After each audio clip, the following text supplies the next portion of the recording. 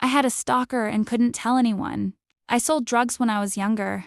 I knew that selling drugs would be a risky business. I thought I could avoid those risks by being selective and careful. I only sold to people I already knew and trusted.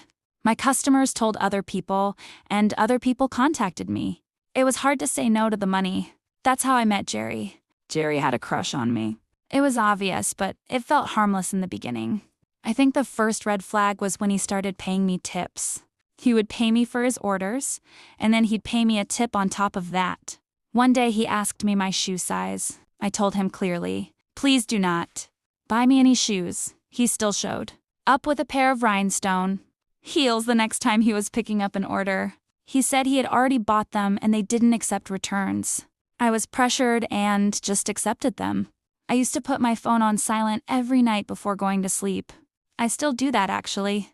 One morning, I woke up and saw at least 20 missed calls and more than 50 unread messages. They were all from Jerry. He was mad because he found out I had gone to Disneyland with a boy.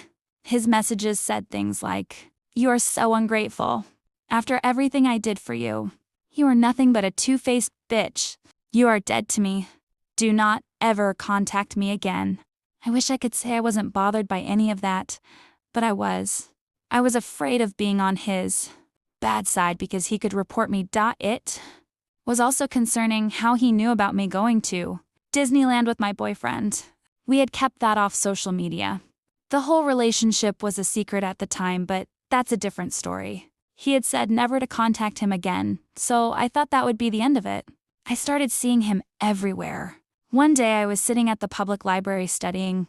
Of all the empty seats, Jerry came in and sat across from me. He pretended to read, but I could feel him observing me closely.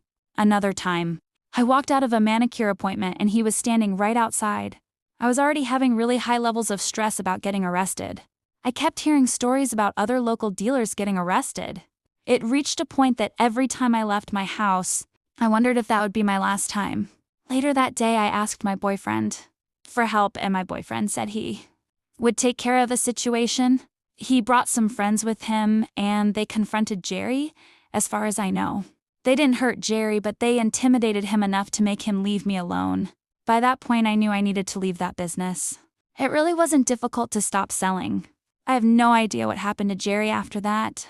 The silver lining in all of this is that Jerry really made me think about my safety.